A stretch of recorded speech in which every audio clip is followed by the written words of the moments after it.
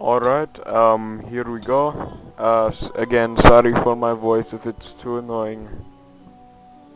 Anyways, so, yes, I've already played this game before, sadly, so this is not going to be a blind playthrough.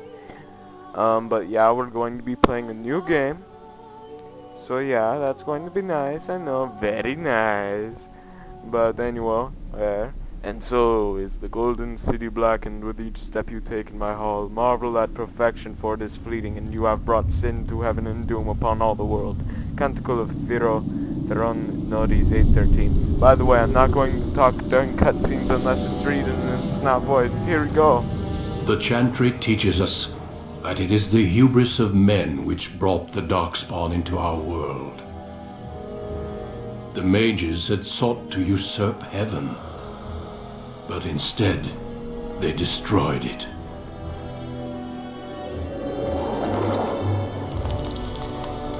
They were cast out, twisted and cursed by their own corruption.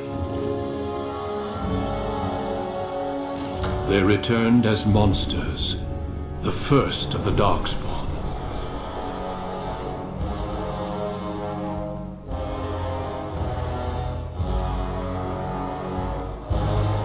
They became a blight upon the lands, unstoppable and relentless.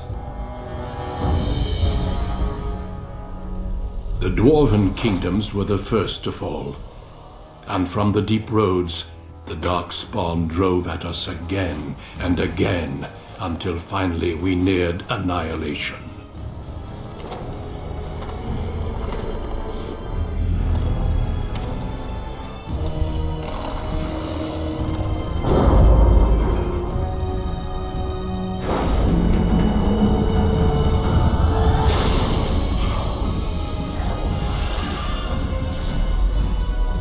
Until the Grey Wardens came.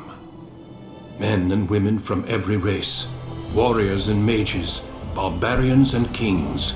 The Grey Wardens sacrificed everything to stem the tide of darkness, and prevailed.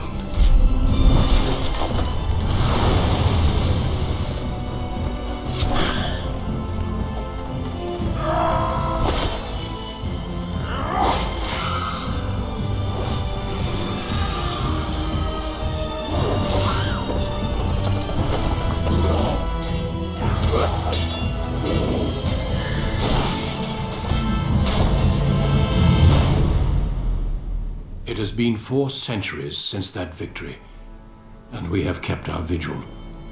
We have watched and waited for the darkspawn to return.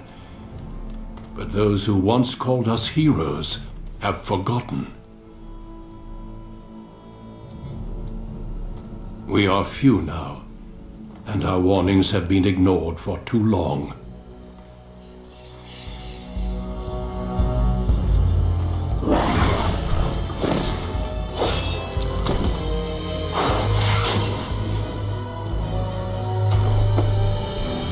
Even be too late. For I have seen with my own eyes what lies on the horizon. Maker, help us all.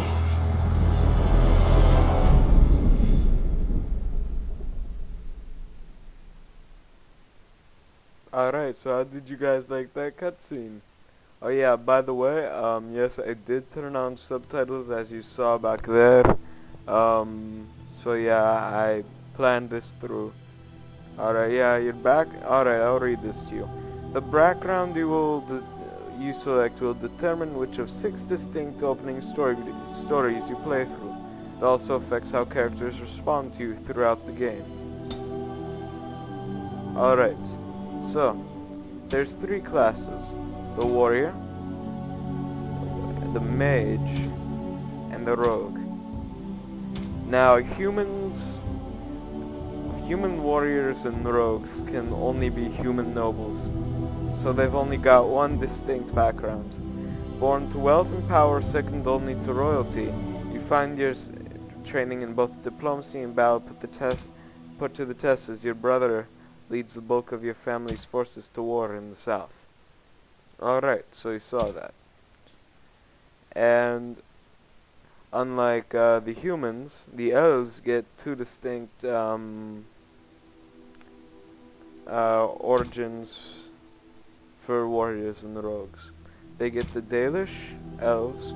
Proud of your role as one of the few true elves, you have always assumed you would spend your life with your tribe, until a chance encounter with a relic of your people's past threatens to tear you away from everything you have ever known. Ooh, spooky. Yeah. City Elf. You have always lived under the heavy thumb of your human overlords, but when a local lord claiming his privilege with the bride showers your wedding day, the simmering racial tensions explode in a rain of vengeance. And hold on, I'm going to, no, I shouldn't stop yet. I'll stop in a little bit because I want to turn down the music volume so you can also hear me, because it is a let's play. And there's finally the dwarves, and also dwarves cannot be mages because, oh yeah, I should read the race names too. Humans, the most numerous yet the most divided of all the races. Only 4 times have they ever united under a single cause, the last being centuries ago. Religion and the chantry play a large part in human society. It distinguishes them culturally from elves and dwarves. More than anything else, humans can be warriors, rogues, or mages. The racial benefit is +1 strength, +1 dexterity, +1 magic, and +1 cunning. The elves. Once enslaved by humans, most elves have all but lost their culture, scrounging and impoverished, living in the slums of human cities. Only the nomadic Dalish tribes still cling to their traditions, living by the bow and rule of their old gods as they roam the ancient forests. Welcome nowhere else. Elves can be warriors, rogues, or mages. Racial benefits, +2 willpower and +2 magic. And finally the dwarves. Rigidly bound by caste and tradition, the dwarves have been waging a losing war for generations, trying to protect the last stronghold of their once vast underground empire from the darkspawn. Dwarves are very tough and have a high resistance to all forms of magic, thus preventing them from actually becoming mages. Racial benefits, +1 strength, +1 dexterity, +2 constitution, and 10% chance to resist hostile magic. Alright. Today, alright, so since I've read this to you, I'm going to go ahead and lower the music. I'll be right back. Sorry about this. Yeah, I'll be right back with part 2. Alright, I'm back. Sorry about that. Yeah, sorry about that happening. No, I really should change the Steam settings too. Yeah, I'm just going to put up that I'm busy or something. Hold on. Yeah, sorry about this. No, it's not that. Crap. Ah, God. Wonder if there's,